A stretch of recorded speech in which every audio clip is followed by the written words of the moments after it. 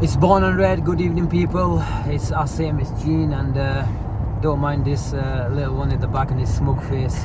He was hiding on the way down, but now he wants to be in camera. But we'll let him. We win. You win some, you win some, you lose some, and you have to take the rough with the smooth, as they say. But Gene, Liverpool gave the head start to Arsenal as per usual, as we've been doing for the last 2-3 months. I'm absolutely sick of Liverpool giving teams head starts. Asim, how many times are we going to sit here and talk about the opposition scoring first? It's a norm now. It's like we might as well, like you mentioned, we might as well give a team 1-0 head start before at the start of the game, because that's the only time we start playing. Why this happens is just baffling, to say the least. Every single time, defensive lapses. It's just a joke how we concede so early. This time it was 57 seconds onto the clock, and they're onto us, and we're 1-0 down. It was in such a massive game. Are we that bad? Is our defense that bad that we go to sleep within the first minute? We know what we were expected in the first. They were going to come at us. They were going to come at us strong, and to concede such a sloppy goal was shocking, to say the least. But look, let's just break this down. Yeah, over the years we had the legs to cover. We took risks. We've always been taking risks. Klopp, as a manager, and his team always play on the front foot. But something's not right. It's not just mental fatigue, physical fatigue. We're just simply taking too many risks from the word go. Why are we doing it? And today I felt Liverpool were sort of split between the two formations today. And I don't want to get too tactical as well, but you have to look at the management in terms of how the team was set up, because everyone, and we're going to come to Trent, everyone is going to blame Trent and his bad defending, no doubt, especially on the second goal. I've had a look. It was absolutely shocking defending. On the first, we'll discuss Trent now. Let's get it out of the way. On the first goal, if you're going to stay narrow and compact, then you have to make sure the ball doesn't go in the inside of you. Agreed. But look, I'm going to give him a small benefit of doubt, is because I think it was Xhaka was making the run across him. So he thought, look, I'm going to cover him before it was too late to make the decision to go out wide. And before you know it, the ball has gone out wide, and they get the goal. The ball is played in between on the inside of Trent, because he couldn't make that decision where to go, and he just suddenly finds himself in no man's land. But on the second goal, I cannot forgive that, because what you do is, to an extent, and arguably Henderson has got Martinelli where he wants him. He's going to show him down the line, and then you need to cover on the inside, not the outside. And what happens is because he's in a massive patch of bad form, his sort of decision making is really shocking. Proper bad. And that's being kind. Madness. Because what happens is he goes and covers Henderson the outside. But Martinelli isn't past Henderson at the moment. There's no need to do that, Asim. You know he's going to chop. You know he's been doing it all game. And he's going to chop inside. So what you do is you cover on the outside, and then let him come and you can make a clearance. But he doesn't do that. And because he's not right in the end, or the last couple of months, I don't know how many weeks it's been. His head's gone. And he's making him make really bad decisions at the moment. You summed it up. Why on earth he had to even bypass Henderson and try and try and get ahead of Henderson, and then try and block a cross or whatever? There was no need. Just cover your track, stay a yard behind Hendo, and then he can't even chop inside, like you said. It was abysmal defending, Asim. It really was that bad. And to be fair, Martinelli, there was a time when Jesus walked past him. There was a time when Martinelli walked past him. Look, he's just, and I know he's got injured now, and he probably will be out for a few weeks. I'm not looking up. To God forbid, we don't want any player to be injured. But I think there's a couple of games out of the side might do this player a load of good, because psychologically he's not there, mentally he's definitely not there, and his decision making is shocking. Honestly, man, Asim, some of it. Another thing is, he just looks so lackluster. He flat-footed. He doesn't, and in a crazy way, he feels like he doesn't try. And you mentioned it in the game. So look, you go to me. He's just jogging. I don't know what, this isn't the Trent that we know. He wears a heart on his sleeve. He's a Liverpool born and bred. He's got that in him. recently he's just not with it, and he's not with it. He's completely out of it. Look, I think he's no doubt. There's no doubt about it that he's put too much muscle on. He's just too rigid. You look at him, and I kept on nudging him. I go, look at him. Martinelli is running at him, and he's showing no urgency. But then I think I have to just put it down.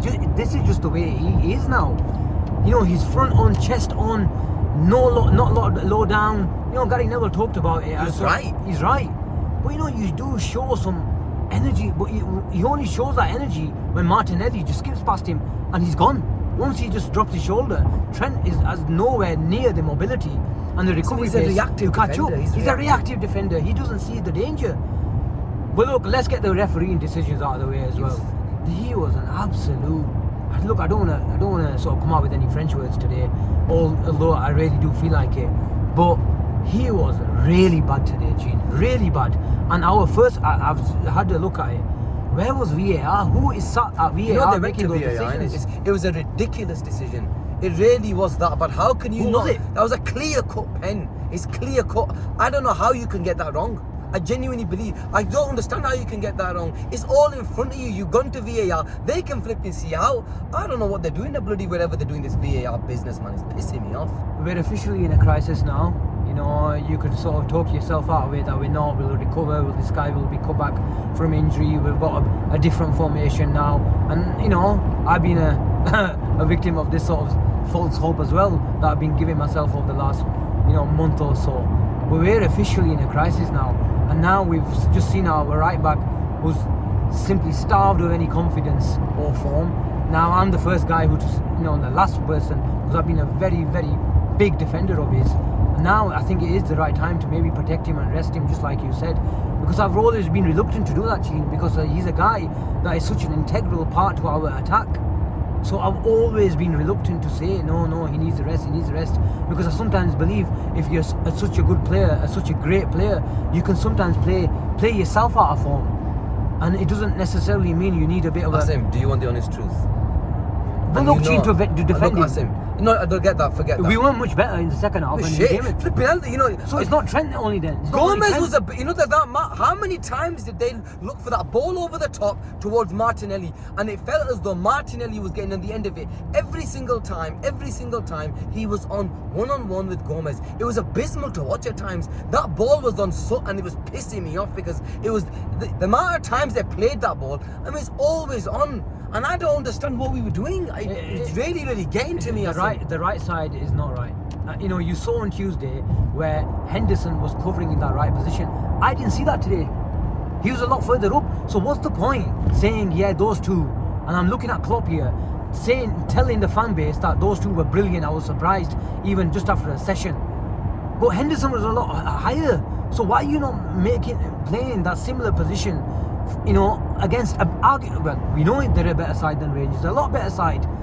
And after the first 5-10 minutes, they were all over us, and we obviously were shocked after conceding the first goal. But look, in a funny way, it helped us control the game because Arsenal started sitting off. They did, yeah. And because of them, we looked a lot better on the ball, just like we did on Wednesday.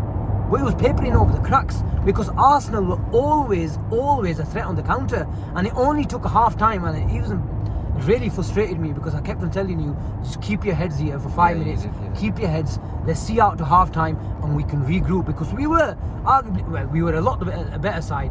But sometimes you now know as a fan, you're sitting there and you're just dreading that counter attack in transition. We are shocking. We can't win the ball. As soon as, sometimes... How many second balls did we win today? We never win any second ball. The amount of times that they've got Saka and Martinelli. And that's real pace. Every single time, they sat back, they came out, they played well, they played to their strengths, they sat back, and every single time they countered. And when Martinelli had the ball, he was so dangerous at every single opportunity he had. I said, look, I'll be honest with you, and I know I said it a few weeks ago to you, and I said it in front of the group. This really, I genuinely believe now, it's an end of an era. I believed it a few weeks ago because I could see the results were papering over the cracks. This genuinely now is end of an era time. And people have said the Klopp 7-year tenure where at Mainz where it went wrong in year 7, at Dortmund. it was the 7th year, and no one in a million years would have thought the 7th year at Anfield, especially the way we've been playing, the way we played in the Charity Shield, and the season that we had last season, going so close. Never in a million years we would have thought we'd be sat here now saying that might be true. And to be fair, it looks like it is. We've got no Trent now. We've got no Diaz now. We've got a team that's so lackluster in all over the park, right? This is crisis, and a proper crisis. It is, and we've got about 2 wins out of is it 10 games? 2 wins out of 10. We're 14 points behind the leaders, and we're only just in October, and with Man City playing. With Man City, the guys will normally turn up against us at Anfield or even at their place as well. But look, just going back to our right hand side. Look, I said it wasn't much better when Gomez came on, and we seen our players, these mentality monsters, Gene, make bad decisions, and at times it's almost laughable. It's almost laughable the amount of times we are just panicking in the box, and there's penalty, albeit it was a soft one, but it came from Did you see the play just pure panic. Did you see the play before that? It was pure panic. Thiago. It was a comedy show, Asim. Thiago. It was a pure comedy show. Thiago, who's really bad today, and It was disgusting. And this was his worst performance. And I know people might be on here thinking, Saji, he's always the one who's backed Thiago. He's always the Thiago. I'm the first one to say he's arguably one of the worst players on the pitch today. I thought it was abysmal. Even his passing wasn't even right today. Yeah, the simple ones worked, but everything else, nothing worked for him. He was abysmal it was abysmal today. Maybe it was, it's not a coincidence why he was walking towards the away, and he was the first. That's why he came over. That's why he put his. It wasn't really towards because of Liverpool's performance. He came over to do his performance because he was that bad. Bad decisions on the pitch, Gene, but bad decisions from the bench as well. When you're chasing a game, I don't care how bad your best player and your match winner is having, but why do you take him off? And because our right side was so open, where is our front foot football? Where is our risk taking now? You take Henderson off. It was a negative move for me. Well, of course it was. It was a negative move because it also, and you saw their fans, they cheered when Salah went off. And if their fans are taking a boost from it, and so do the players, because what it allows them to do is push even further up, especially when Diaz goes off. This is my biggest issue, because you just mentioned Diaz came off. Look, we had to leave Salah on. Yeah, and I can accept he wasn't great today. He was starved. He really was starved, especially in the second half. He didn't see the ball. I didn't hardly see him, and we were talking about it during the game. He needs to get into the game, but to take him off, right, when Diaz has already come off, and then you take Jota off. I think that when you're 3-2 down and you make them decisions to bring on whoever we bought on, I'm sorry, it's Harvey Elliott, whatever. Harvey Elliott is not gonna get you a goal. He was playing on the left. Exactly, he's not gonna get you a goal, is it? So to bring a player like him on and expect a goal to come, it's just never gonna happen. So it was a negative move from Klopp. And look, one thing with Klopp, I've always been critical of him, is I've never been a big fan of him, is his substitutions. I don't know what it is, but how many times have we seen that we can say Klopp's substitutions have come on and worked wonders? Not really many. I don't know. People can I think he had that spell when in the Champions League, when we had the 5 subs, and when we had that momentum, and we had those 2.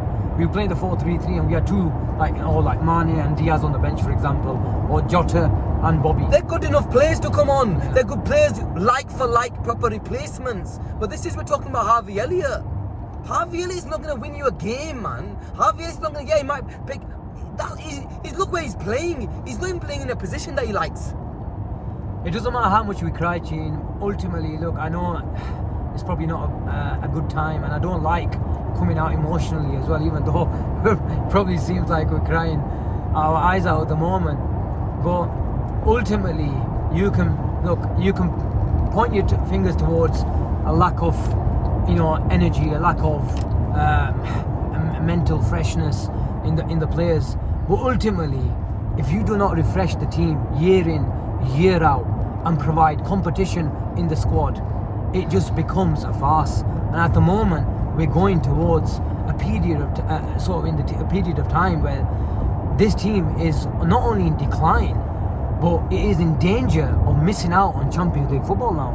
Asim, the beauty of Fergie's era was, regardless of who you were, he would always bring in 2 players to freshen the squad.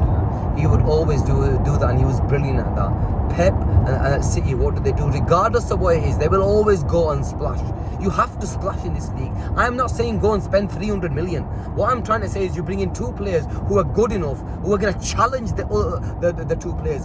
This is the same crop of players that have been there for 5 years. They needed a change. They needed a kick up the backside. They needed freshness. And when you don't, we were arguably the most aggressive side in the league, and we've become the worst side in the league in terms of aggression. Why? Because you need freshness, and you have to. It's time. And in the summer, we had to go and sign a proper midfielder. The owners didn't back us. We ended up with Arthur, with all due respect, a loanee move, which the fans sort of papered over the cracks. We accepted, but end of the day, it's unacceptable. We've got 3 players that are going to go in the summer. We've got Hendo, we've got Ox going, we've got Naby going, we've got Milner going, we've got Bobby going. That's 4. Bobby's going as well, right? These are 3 or 4 players who have been integral to the way we play over the last 5 years. I'm sorry I'm ranting, but it's a simple truth. They had to back us in the summer, and they didn't. And now we're back to square one. We come January again. If they don't back us again, what are they going to do? Can you expect 3 or 4 midfielders coming at the start of next season? You're living in cloud cuckoo if you think 3 or 4 players are going to come in the summer. They have to back us in, Jan, and there's no ifs and buts about it. I'm sick to death of us just being there and accepting FSG to a point now where I've had enough. We have to back. They had to back him in the summer. They didn't. What are we going to do? Wait for January. If he's not backed in January, Asim, I'm sorry, but I'm sick of these owners then, because they're not big enough for Liverpool Football Club. Muchin, who are we going to buy in January? Go and buy that Brighton midfielder. Brighton have given us first dibs on that Caicedo. Go and spend 55 million on that player and you'll get him. I liked him. I saw him play him at Anfield. Brighton told us that, you know what, we came in last minute and we've got first dibs on him. Go and spend the money. There are midfielders out there, I see. We just didn't get them. Flipping Wolves signed Nunes for 35 million. You tell me we didn't have 35 million to spend? Look, I've been calm in terms of FSG. I've had enough. I'm to the point now where this club, it was crying out for some sort of change. We all knew that, but you know what? We accepted them. We said, okay, FSG, you've given us this success over the years. Fine, we accept the model. I'm not saying go and spend 200-300 million like the Man City's of this world. I'm saying compete against at least, Wolves, compete against Leicester's. At least spend money in that sort of level. We haven't even been doing that. We haven't signed we seen 1 midfielder in 5 years. Come on, I say. There's no doubt they've got very lucky with Klopp. No doubt.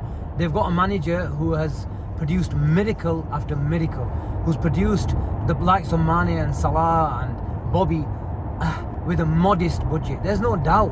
But now let's go take it for 6 months forward. How are we going to react in January, and who are we going to get in the summer? Because like you said, we need 4 or 5 players, and the problem is they've left it, and Liverpool have been the blueprint of every single team. I only came to this ground 6 months ago, and so many fans. I've got a lot of friends at in North London, and they envied Liverpool in terms of their off-field decisions and on-field decisions, their management, their sort of ideas into how to bring certain players in a certain philosophy to fit the style. But the irony is now I've come back to this ground and I've seen Arsenal today in their young, dynamic, energetic. They're playing for each other, wearing their heart on the sleeve. After 6 months, I envy the way Arsenal play and the way the sort of team has been sort of produced by Arteta and his team. Look, we like you mentioned, we came here in the Carling Cup without Salah, without Mane, and we played these boys off the park. We showed them who's boss, because we wanted it, because we know what exactly happened when we drew 0-0 against Arsenal at Anfield. Arsenal went around celebrating it like it was a win, right? Our players were really cheesed off. Fast forward 6 months, we're the complete opposite. You're right, we were the envy, but I think this was the summer. You know what?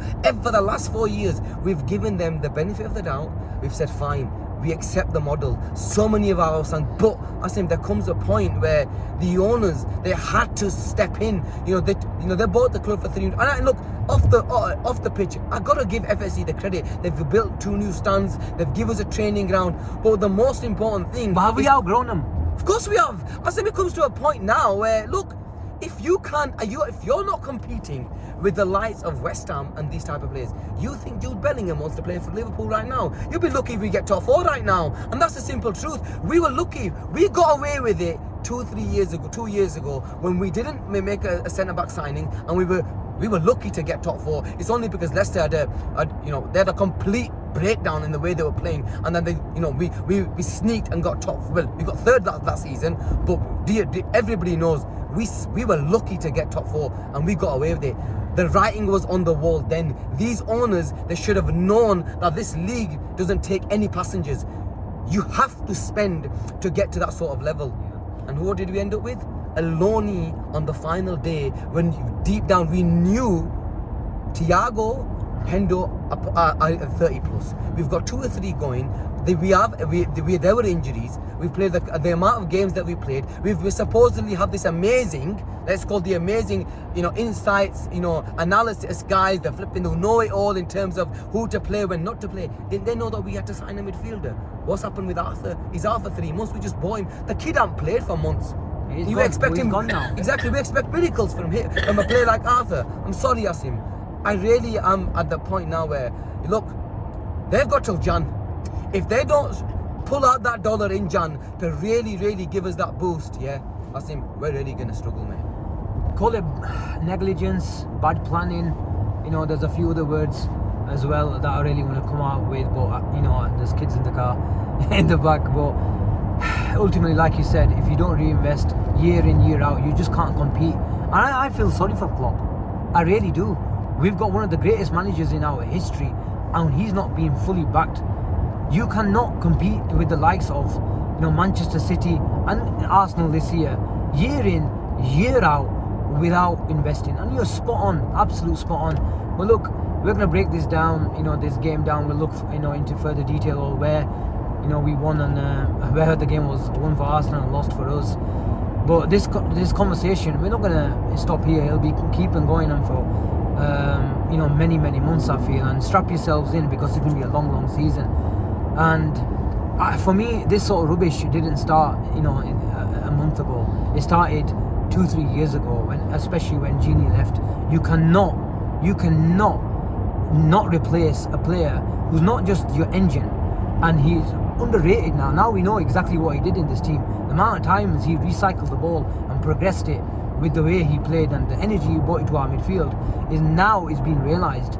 And we were sold a false story of how Harvey Elliott's going to come into this place in his place and sort of evolve this team. I'm not blaming Harvey Elliott for a second, but you have to look at the owners and say, where was the planning? Where was the succession planning? You cannot go from an elite team and expect kids to come and sort of replace them. It's just impossible. It's unfair on them.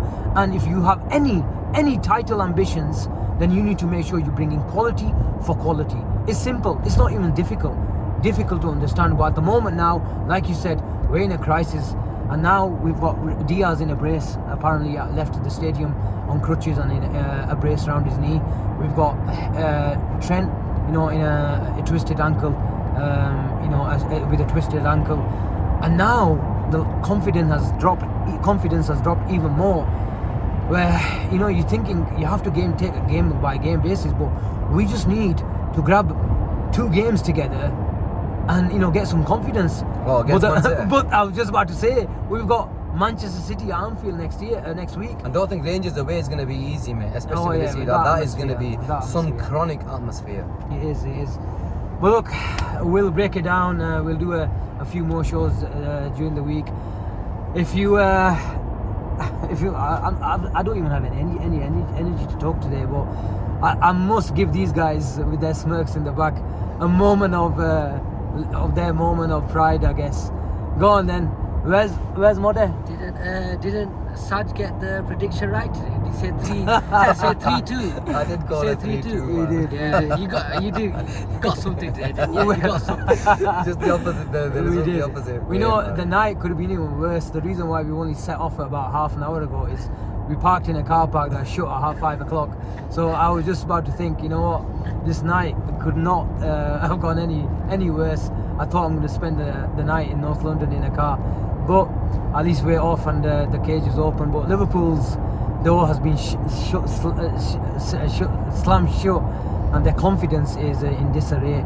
The team is disarray, and we just need to look where the next victory is. Smash a like on the way out, comment, get involved in what you think, where Liverpool go from here, and until then we shall talk soon. Take care. Ta-ra.